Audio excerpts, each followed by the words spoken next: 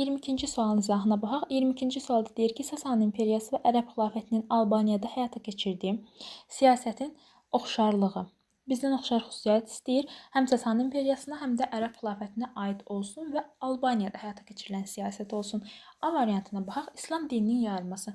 İslam dininin yayılması Ərəb xilafətinə aiddir, Sasani imperiyasına aid deyil. Ona görə A variantını çıxırıq.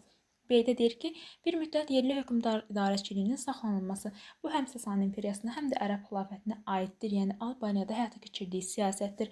Ona görə B variantı bizim doğru cavabımız olacaq. Digər variantlara baxaq. Yanlışdırsa niyə yanlışdır? C-də deyir ki, xristian əhalinin vergilərdən azad edilməsi. Xristian əhalinin vergidən azad edilməsi Ərəb xilafətinə aid olsa da Sasani imperiyasında bu siyasət yox idi. Ona görə bir C variantını çıxırıq. D-də deyir ki, atəşpərəstliyin geniş yayılması.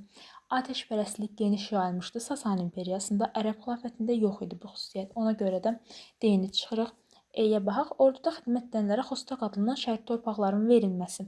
Bu da Sasani imperiyasına aiddir. Albaniyada həyata keçirdiyi siyasətdir, amma Ərəb xilafətinə aid deyil. Ona görə biz E variantında çıxırıq. Doğru cavabımız qalır B variantı.